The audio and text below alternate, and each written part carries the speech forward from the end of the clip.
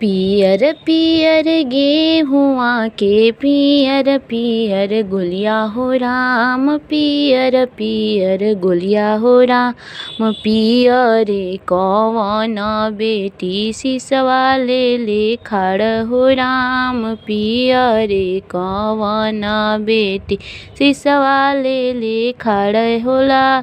सिसवा ले खड़ हो लाल के सिया सवारे हो लाल, तो हवे बेटी के मम्मी आदि त मनावे हो लाल, तो हवे बेटी के मम्मी आदि त मनावे हो लाल, आदि त मनावे हो लाल। सूरज गोड़वा लागे हो लाल, हमारा दुलरवी के जोग नाही लागे हो लाल, जोग नाही लागे हो लाल, जोग टोना नाही लागे हो लाल, हमारा दुलरवी के जोग नाही लागे हो लाल।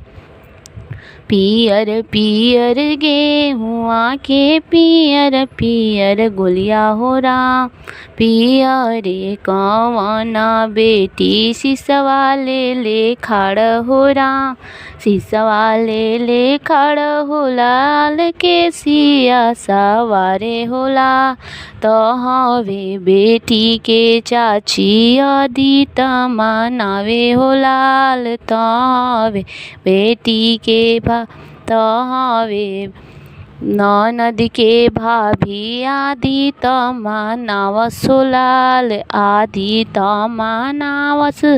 सूरज गोड़वा लागस हो लाल, हमारा दुलरवी के जोग नाही लागे हो लाल, जोग नाही लागे हो लाल, जोग टोना नहीं लागे हो लाल, हमारा दुलरवी के जोग नाही लागे हो लाल।